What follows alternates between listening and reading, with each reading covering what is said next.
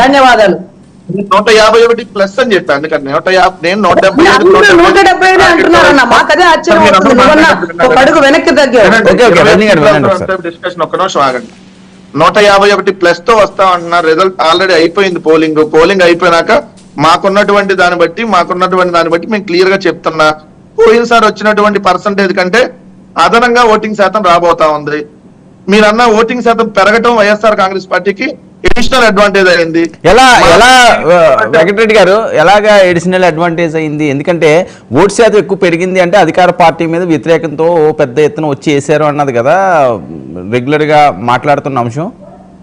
Sir, ఎప్పుడు voting కి రానటువంటి మహిళలు, పర్టికులర్ గా ఎస్పెషల్లీ ముస్లిం మహిళలు, ఎప్పుడు ఓటింగ్ కి రానటువంటి ఎవరైతే అవతాతలు ఎవరైతే ఉన్నారో, ఎందుకులే మన ఓటు ఇక్కడ ఇంత దూరం వెళ్ళి వేయాలా అన్నటువంటి వాళ్ళు కూడా పొద్దున్నే 6:30కే వచ్చి వాళ్ళ ఓటు 7 గంటలకు పోలింగ్ అయితే 6:30కే వచ్చి తొందరగా ఓటు వేసి వెళ్ళాలనేటువంటి వచ్చినటువంటి ఓటింగ్ ని బట్టి మేము చెప్తా ఉన్నాం. మాకు పోయినసారి వచ్చినటువంటి ఎస్సీ ఓటింగ్ అదనంగా ఒక 1% పెరిగిద్ది, ఎస్టీ ఓటింగ్ పెరుగుతుంది, బీసీ ఓటింగ్ పెరుగుతుంది, మైనార్టీ ఓటింగ్ పెరుగుతుంది, సాంప్రదాయకంగా ఉన్నటువంటి రెడ్డి ఓటింగ్ అదే విధంగా ఉంది. సో కమ్మ సామాజిక వర్గంలో కూడా ఎవరైతే ఎకనామికల్లీ వేకర్స్ ఉన్నారో, ఈ పథకాలను అందుకుంటున్నటువంటి వాళ్ళు కొంత సెక్షన్ ఆఫ్ మాకు కూడా వేస్తున్నారు. రేపు వస్తాను కదా, అడిగిపోతాను సార్, 20 రోజుల తర్వాత మళ్ళీ మీకు ఇవన్నీ డిస్కస్ చేస్తాను కదా, మీరు ఎన్ని చెప్పారు ఏందనేది మీరు కూడా అడగడానికి అవకాశం ఉందంటున్నా. నేను అంత కాన్ఫిడెంట్ గా చెప్తున్నాం.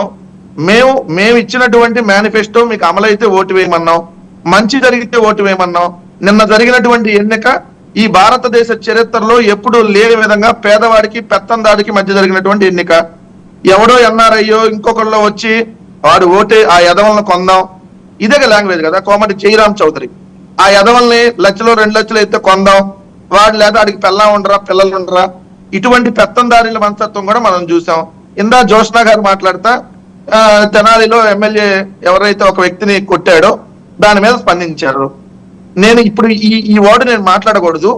లంబూతులు తిడితే ఒక వ్యక్తి ఎమ్మెల్యే లంబూతులు తిడితే, ఇదే జోష్నా గారిని తిడితేనో, ఇదే ప్యానల్లో ఉన్న మిమ్మల్ని నన్ను తిడితేనో మనకు రాదా సార్ కోపం? మనం మనిషి పట్టుకే పుట్టాం కదా. వాడు ఎక్కడ బెంగళూరు నుంచి వచ్చాడు ఓటేయడానికి. ఎమ్మెల్యే అయితే ఉన్న కొమ్ములు ఉంటాయా? అరే నువ్వు మాలా మాదిగా బీసీలకు సపోర్ట్ చేస్తావా, కమ్మాలకే పుట్టావా నువ్వు అని అడిగితే ఆయన కోపం రాదా? అలా వెనక వాళ్ళ భార్య ఉంటే కోపం రాదా? భార్య వాళ్ళందరి ముందు అసభ్యపదాలతో దూషిస్తా మాట్లాడుతుంటే, ఎమ్మెల్యేగా పోటీ చేసే, ఎంపీగా పోటీ చేసే అభ్యర్థి లైన్ లో నిలబడి ఓటు వేయాలని రూల్ లేదు. ఎందుకంటే వాళ్ళు నియోజకవర్గం మొత్తం తిరగాలి. నియోజకవర్గంలో ఉన్నటువంటి ఆ పోలింగ్ బూతులన్నిటికీ 200, 300 బూతులు ఉంటే ఆ బూతులన్నిటికీ తిరగాలి. వాళ్ళు లైన్ లో నిలబడి 4 గంటలు 3 గంటలు ఓటు కోసం ఉంటే అసలు ఎత్తుకుపోయింది. ఇది రూల్.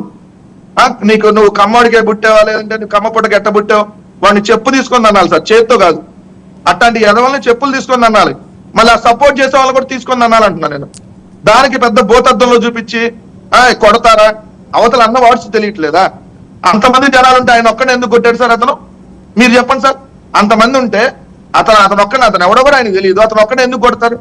ఆయన మీద ఇప్పుడు దాకా ఇటువంటి ఏం చేశాడు? చింతమనేని ప్రభాకర్ లాగా రౌడీ యుద్ధం చేశాడు, గోండా యుద్ధం చేశాడు, ఎమ్మెల్యేని మహిళా ఎంఆర్ఓని జుట్టు పట్టుకొని ఈడ్చాడు అన్నటువంటి ఏమన్నా అతని మీద రిమార్క్స్ ఉన్నాయా సార్? ఆయన ఇదే తెలుగుదేశంలో ఉన్నాడు, వాళ్ళ నాన్న తెలుగుదేశంలో మంత్రిగా చేశాడు, ఒక విద్యా సంస్థలు నడుపుతున్నాడు. నేను కూడా అదే కాలేజీలో చదువుకున్న స్టూడెంట్లే. నేను డిగ్రీ అదే కాలేజీలో చదువుకున్న, ఐఏఎస్ఎన్ డిగ్రీ కాలేజీలో తెనాల్లో చదువుకున్నటువంటి అతను అంత సౌమ్యుడో తెలుసు. ఎక్కడా కూడా గొడవలకు వెళ్ళేటటువంటి మెంటాలిటీ కాదు. వాళ్ళ నాన్న తెలుగుదేశంలో మంత్రిగా పనిచేశాడు, ఈయన తెలుగుదేశంలో ఉన్నాడు. తర్వాత వైసీపీ నుంచి ఎమ్మెల్యేగా పోటీ చేసి ఓడిపోయాడు, మళ్ళీ పోటీ చేసి గెలిచారు. సో ఆయన ఆ క్షణంలో అటు స్పందించాడంటే అక్కడ ఏం ఇన్సిడెంట్ జరిగిందని చూడకుండా భూతత్వంలో చూపించేసి వెంకటరెడ్డి ఓకే అయిపోయింది కదా, నిన్న అయిపోయింది. మరి చూద్దాం ఆ ప్రజల తీర్పు ఏ రకంగా ఉంటుంది ఏంటన్న తర్వాత కాదండి. వంగా గీత గారి పరిస్థితి ఏంటి? ఆవిడ కన్నీరు మున్నీరుగా బాధతో ఓడిపోతామని ఏడుస్తుంటే ఆవిడకి డిప్యూటీ సీఎం ఇస్తామని ప్రమాణ హామీలు ఇవ్వడం ఏంది? అసలు నువ్వు సీఎం అవ్వాలి కదా అన్నది ఆవిడ క్వశ్చన్. సార్ ఇదే చెప్పాను కదా, 2019లో కూడా జనసేనలను చూసి మేము నవ్వుకున్నాం అంత. ఎందుకంటే జగన్మోహన్ రెడ్డి నిన్న ఎట్టి పరిస్థితుల్లో ముఖ్యమంత్రి కానేమో ఇట్లా చిటికలు తొడగొట్టి నిన్ను ఎట్టి పరిస్థితుల్లో ముఖ్యమంత్రి కానేమనంటే ఏమైంది? అసెంబ్లీ గేటు దాఖలా 2 పోయింది, ఇప్పుడు 3వది వచ్చింది పిఠాపురం. సో మనకి 2 పోయి 3వది వచ్చింది పోటీ చేయడానికి పిఠాపురం. సో ఇప్పుడు ఆమె ఏడ్చిందని అన్నారు కదా, ఎవరికైనా ఉంటుంది సార్. ఆమె మీద వీళ్ళు చేసిన ట్రోల్స్ ఏంటి, ఆమె మీద వీళ్ళు మాట్లాడినటువంటి వీళ్ళు చేసినటువంటి ట్రోల్స్ ఏంటి? ఖచ్చితంగా ఏడ్చిందంటూ ఏమన్నా ఆ బాధ వ్యక్తం చేశారు. ఏంటి ఆవిడ విశేషం డిప్యూటీ అండి సీఎం ఆవిడ మీద?